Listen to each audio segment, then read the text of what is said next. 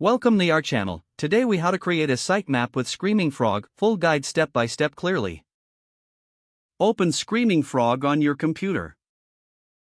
Once the application is launched, enter the URL of your website in the search bar. Click the Start button to begin crawling the website. Wait for the crawl to complete, which may take a few moments depending on the size of your site.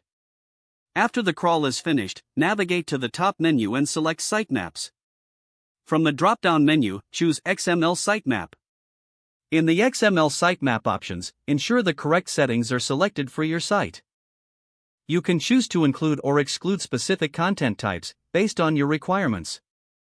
Review the settings for any additional options, such as setting the priority or change frequency. Once you have configured the settings to your preferences, click the Export button. A prompt will appear, allowing you to choose the file format.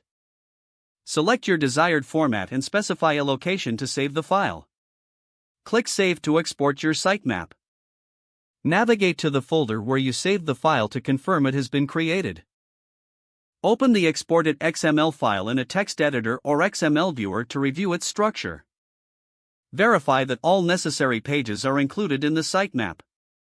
If everything looks good, your sitemap is now ready to be submitted to search engines. You have successfully created a sitemap using Screaming Frog. If the page does not load, refresh the browser or try again in a private or incognito window. Make sure you are using the correct email address, then retype it carefully to avoid small typos. If your password is not accepted, use the reset option and create a new strong password you can remember.